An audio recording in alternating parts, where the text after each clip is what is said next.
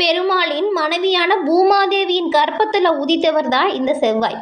செவ்வாய் பெரும்பாலும் பூமிக்காரகனாக பார்க்கப்படுது. அப்படி இருக்கக்கூடிய செவ்வாய் கிரகத்தை ராசி அதிபதியாக கொண்டவங்க தான் விருச்சிக ராசி அன்பர்கள் நீங்கள். பொதுவாக பாருங்கள், செவ்வாய்க்கிழமையில் நம்ம எந்த ஒரு விஷயத்தையுமே செய்கிறதுக்கு யோசிப்போம். ஏதாவது பொருளை வாங்கணும் அப்படின்னா கூட யோசனை செய்யறது உண்டு. பொதுவாகவே நம்மளை பொறுத்த வரைக்கும் செவ்வாய்க்கிழமையில் சுப நிகழ்ச்சி பெரும்பாலும் நடத்துறது கிடையாது. நல்ல ஒரு எந்த ஒரு சுப காரியத்தையுமே நடத்துறதுக்கு யோசிப்போம். இந்த வழக்கம் இன்னுமே இருக்க தான் செய்யுது. ஆனால் உண்மையில் இந்த செவ்வாய்க்கிழமை அப்படிங்கிறது ரொம்பவுமே மங்களகரமான ஒரு நாள், சிறப்புக்குரிய நாள். ஏன்னா மங்களன் பூமிக்காரகன் என்ற பெயர் இந்த செவ்வாய்க்கு இருக்குது. பெயர்லேயே மங்களம் இருக்கிறது. அந்த நாளில் நம்ம செய்கிற ஒவ்வொரு விஷயமுமே சுபமாக நடந்து முடியும். செவ்வாய்க்கிழமையில் யார் ஒருத்தர் நல்ல விஷயம் செய்கிறாங்களோ அவங்களுக்கு இன்னுமே பல மடங்கு நல்லது வரும். தொழிலை செய்கிறாங்களோ அவங்களுக்கு தொழில் நல்ல ஒரு வருவாயை கொடுக்கும். அதுவும் இந்த விருச்சிக ராசி அன்பர்கள் செவ்வாய்க்கிழமையில் நீங்கள் ஒரு நல்லதையும் செஞ்சு பாருங்கள், கட்டாயம் நல்லது நடக்கும். ஏன்னா உங்கள் ராசி அதிபதியே செவ்வாய் தான். பெருமாளின் மனைவியான பூமாதேவியின் கற்பத்தில் உதித்தவர் செவ்வாய். பெரும்பாலும் பொறுமையாக நீங்கள் ஒரு விஷயத்தையும் செய்வீங்க. மங்களமான நாட்களை நீங்கள் இந்த நாளில் செஞ்சு பாருங்கள், முடிவு சிறப்பாக இருக்கும்.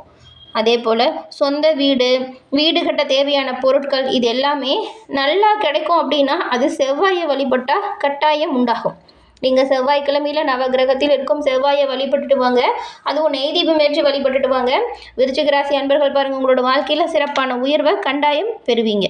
அதே போல் நீங்கள் வாரத்தில் 3ஆம் நாள் செவ்வாயோ வெறுமாயோ அப்படின்னு ஒரு பழமொழியுமே இருக்குது. அது என்னன்னு பார்த்தா, செவ்வாய் அன்னைக்கு சுப விஷயங்களை செய்ய தயங்குவாங்க. அதனால தான் இந்த நாளை மங்களவாரம் அப்படின்னும் சொல்கிறாங்க. தமிழகத்தில் பொதுவாக செவ்வாய்க்கிழமையில் முகூர்த்தம் குறிக்கிறதே கிடையாது. ஆனால் கேரள மக்கள் இதை மங்களவாரம் அப்படின்னு செவ்வாய்க்கிழமையில் திருமண வைபவத்தை நடத்துகிறாங்க. செவ்வாய் முருகன், அதுவும் ராகு காலத்தில் துர்க்கை வழிபாடு, காளியம்மன் வழிபாடு இதெல்லாம் செவ்வாய்க்கிழமையில் செஞ்சால் நீங்கள் நன்மையை பெறலாம்.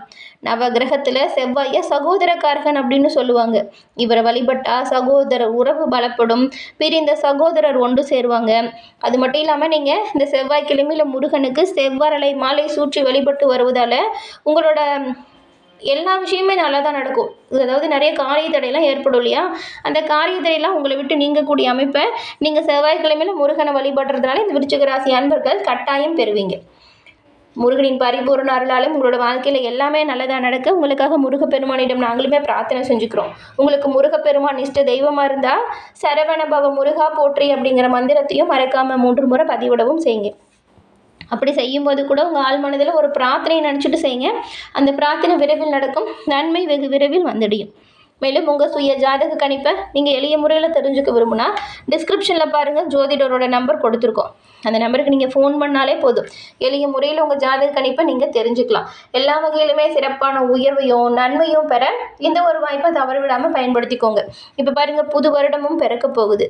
இந்த காலகட்டம் உங்கள் ஜாதகத்தில் எப்படி கிரக அமைப்புகள் இருக்குது, இதனால் என்ன மாதிரியான நிலைகளை பெற போகிறீங்க அப்படிங்கிறத முன்கூட்டியே தெரிஞ்சுக்குவோம். எதிர்காலத்தில் நடக்கக்கூடிய அனைத்து விஷயத்தையுமே தெரிஞ்சுக்கிட்டா நீங்கள் அதற்கேற்றது போல் முன்னேற்பாடுகளோட எல்லா விஷயத்தையுமே செயல்படுத்துறதுக்கு உதவியாக இருக்கும் அப்படிங்கிற நம்பிக்கையில் கொடுத்துருக்கோம். இந்த ஒரு வாய்ப்பை தவறவிடாமல் பயன்படுத்திக்கோங்க. நாம் இப்போ பாருங்கள், இந்த மாதத்தின் கிரக அமைப்புகள் எப்படி உருவாகிருக்கு அப்படிங்கிறதையும் இது என்ன மாதிரியான மாற்றத்தையும் தாக்கத்தையும் உங்களுக்கு கொடுக்க போகுது அப்படிங்கிறதையும் பார்க்கலாம். பொதுவாக பார்த்தா இந்த மாதத்தோட கிரக நிலைகளை பார்த்தா உங்கள் ராசிநாதன் செவ்வாய் பாருங்கள் தனஸ்தானத்தில் சஞ்சாரம் செய்கிறாரு. அது மட்டும் இல்லாமல் அவரோட தொழில் ஸ்தானாதிபதி சூரியன் 2 கிரகங்களும் இணைஞ்சிருக்கு. இதனால் என்ன நடக்கும் அப்படின்னு பார்த்தா, விருச்சிக ராசி அன்பர்களுக்கு தொழிலில் நல்ல ஒரு முன்னேற்றம் வரப்போகுது. வருமானம் உயர்வதற்கு நிறைய சாத்தியக்கூறு இருக்குது. புதிய தொழில் தொடங்கும் முயற்சி கூட வெற்றி வாய்ப்பை உங்களுக்கு தரும். புகழ் மிக்கவங்க உங்கள் பின்னணியாக இருந்து உங்களுடைய அனைத்து காரியத்துக்குமே பக்கபலமாக இருந்து உங்கள் காரியங்களை சிறப்பாக செய்து முடித்து தருவாங்க. பொது வாழ்க்கையில் உள்ளவங்களுக்கு புதிய பொறுப்புகள் தானாக தேடி வரும்.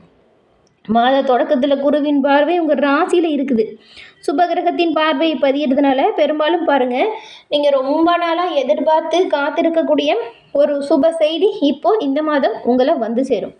இது மனதுக்கு மகிழ்ச்சியும் நல்ல ஒரு ஆதரவையும் ஏற்படுத்தும். இந்த மாதம் 6ஆம் தேதி தமிழ் மாதம் சொல்கிறோம். அதுவும் மிதுன ராசிக்கு குரு வக்கர யுகத்தில் வராரு. உங்கள் ராசிக்கு தன பஞ்சமாதிபதி தான் இந்த குரு. அவர் அஷ்டமத்தில் சஞ்சாரம் செய்கிறாரு. அப்படி அஷ்டமத்தில் சஞ்சாரம் செஞ்சாலும் அவருடைய பார்வை தனஸ்தானம் அப்படின்னு சொல்லக்கூடிய 2ஆம் இடத்துல பதியுது. தன் வீட்டை தானே பார்க்கும் குருவால் எண்ணற்ற நல்ல ஒரு பலன்களை எல்லாமே நீங்கள் இப்போ பெறுவீங்க. அதாவது நல்ல பலன்கள் உங்கள் இல்லம் தேடி வரப்போகுது. வீடு கட்டும் பணி, வீடு கட்டும் முயற்சியில் இப்போ நீங்கள் ஈடுபடுவதற்கு சாத்தியக்கூறுகள் இருக்குது. அது மட்டுமா, உங்கள் குடும்பத்தில் பாருங்கள், கடந்த காலத்தில் சுபகாரிய பேச்சு பாதியில் நின்று போயிருக்கும். அந்த நின்று போன சுபகாரியம் இப்போ நல்லபடியாக நடப்பதற்கான வாய்ப்புகள் வரும். உறவினர்கள் இடையே இருந்த சண்டை, சச்சரவு, பகை இது எல்லாமே விலகுது. கொடுக்கல் வாங்கல நல்ல ஒரு லாபம் உருவாக போகுது. குரு பார்க்கும் இடத்திற்கு பலன் அதிகம் அப்படின்னு சொல்லுவாங்க. அதை தான் நம்ம சொல்லுவோம் இல்லையா, குரு பார்க்க கோடி நன்மை கிடைக்கும் அப்படின்னு. அது கேட்டது போல தான். அது அடிப்படையில் பார்த்தா குரு பகவானின் பரிபூர்ண பார்வையும் உங்களுக்கு சுகஸ்தானத்திலேயே பதியுது. இதனால் நன்மையோ நல்ல ஒரு உயர்வையோ நீங்கள் கட்டாயம் பெறுவீங்க. உடல் பாதிப்புகளுமே நீங்கும். உடல் நலம் சீராக மாறும். உயர்ந்த மனிதர்களின் பழக்கத்தால் பல நல்ல காரியங்களை நீங்கள் சிறப்பாக செஞ்சு முடித்து காட்டுவீங்க. அரசியல் களத்தில் இருக்கிறவங்களுக்கு அதிகார அந்தஸ்து பெறும் யோகமும் கூட வரும். பயணங்கள் பலம் தருவதாக இருக்கும். புதிய வாகனம் வாங்கும் முயற்சி கைகூடும். நீங்கள் பாருங்கள், இப்போ புனித பயணங்கள் மேற்கொள்ளக்கூடிய வாய்ப்பு உண்டாகும். குறிப்பாக புகழ்பெற்ற ஆலயம் சென்று வழிபட்டு வரணும் அப்படிங்கிற எண்ணம் அதிகரிக்கும். அதுக்கான வாய்ப்பு உருவாகும். அதை பயன்படுத்திக்கோங்க. நன்மையோ நல்ல ஒரு உயர்வையோ நீங்கள் எல்லா வகையிலுமே பெறலாம். பெரும்பாலும் பாருங்கள், உங்களுக்கு இந்த மாதத்தின் அமைப்புகள் ரொம்பவுமே சூப்பராக அமைஞ்சிருக்குன்னு சொல்லலாம். கடந்த காலத்தில் ஏற்பட்ட பிரச்சனை, நெருக்கடி இது எல்லாமே முடிவுக்கு வருது. லாபம் நீங்கள் தொட்டது தொடங்கும், நினச்சது நடக்கும். இந்த வருடம் முடிவதற்குள்ள இப்போ எப்படி சொல்லலாம்னா, கடந்த காலத்தில் கிரக நிலைகளை பார்த்தா படாத பாடுபட்டு உங்களோட வாழ்க்கையில் எந்த ஒரு உயர்வுக்கும் வந்திருப்பீங்க. நிறைய கஷ்டத்தை தாண்டி வந்திருப்பீங்க. அதுக்கு எல்லாமே பலனாக தான் இந்த அமைப்பு உருவாகி இருக்குது அப்படின்னு கூட சொல்லலாம். இந்த வருடம் முடிவதற்குள்ள சில அமைப்புகளையும் சில யோகத்தையும் நீங்கள் பெறக்கூடிய அமைப்பை இந்த மாதத்தின் அமைப்புகள் கொடுத்துருக்கு. அதனால தான் பெரும்பாலும் நீங்கள் செய்கிற ஒவ்வொரு முயற்சியிலுமே நல்ல ஒரு முன்னேற்றத்தையும் நல்ல ஒரு உயர்வையும் கட்டாயம் பெற முடியும். தொழில் வியாபாரத்தையுமே விரிவு செய்யணும் அப்படின்னா அதற்கேற்ற வாய்ப்பு இருக்கும் பாருங்கள். அதனால் நல்ல ஒரு லாபத்தையுமே நீங்கள் உருவாக்குவீங்க. குடும்பத்தில் இருந்த சண்டை சச்சரவுகளுமே நீங்கி குடும்பத்தில் ஒரு அமைதியான சூழல் இருக்கும். கணவன் மனைவிக்குள்ளே கொஞ்சம் விட்டு கொடுத்து அனுசரித்து போங்க. இது ஒரு நல்ல அமைப்புன்னு சொல்லலாம். விட்டு கொடுத்து அனுசரித்து போனால் நன்மையை நீங்கள் கட்டாயம் பெறலாம். அதுவும் 7ஆம் தேதி தனுசு ராசியில் சுக்கிரன் வராரு. இது சப்தம விரையாதிபதி சுக்கிரன். தனஸ்தானத்துக்கு வரும்போது குடும்பத்தில் அமைதி ஏற்பட வாய்ப்பு இருக்குது. வீட்டுக்கு தேவையான அத்தியாவசிய பொருட்களை நீங்கள் வாங்குவீங்க. அதே போல் அத்தியாவசிய பொருளிலிருந்து ஆடம்பர பொருள் வரைக்குமே வாங்கக்கூடிய வாய்ப்பு உருவாகும். திருமண வயதில் உள்ள பிள்ளைங்களுக்காக நீங்கள் கல்யாணத்துக்காக ஏற்பாடு செய்வீங்க. சீர்வரிசை பொருட்கள் வாங்குறதுக்கும் முயற்சி செய்வீங்க. கடந்த காலத்தில் கரைஞ்சி போன சேமிப்பை ஈடுகட்டக்கூடிய வாய்ப்பு உருவாகுது. இப்போ ஆடை ஆபரண சேர்க்கையும் வாடகை கட்டடத்தில் நடைபெற்ற உங்கள் தொழிலையும் உங்கள் வியாபாரத்தையும் சொந்த கட்டடத்துக்கு மாற்றலாமா அப்படின்னு முயற்சி செய்யக்கூடிய அமைப்பும் இப்போ இருக்குது. வாங்கி இடத்தை விற்பனை செய்கிறதன் மூலம் நல்ல ஒரு தொகை உங்கள் கை வரும். நடக்கும் தொழிலை விரிவு செய்வதற்கான வாய்ப்பும் உருவாகும்.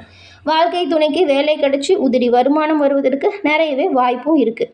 அதே போல் இந்த மாதம் கடைசியில் மகர ராசிக்கு செல்லும் செவ்வாய் அங்கு உச்சம் பெற்று சஞ்சாரம் செய்கிறாரு. இந்த காலகட்டம் உங்களுக்கு ஒரு இனிமையான காலகட்டம் அப்படின்னு கூட சொல்லலாம். எல்லா வழிகள்லையுமே பலவித நன்மைகள் வந்து சேரும் அமைப்பு விருச்சிக ராசி அன்பர்கள் உங்களுக்கு பாருங்கள் இந்த மாதம் உருவாகியிருக்கு.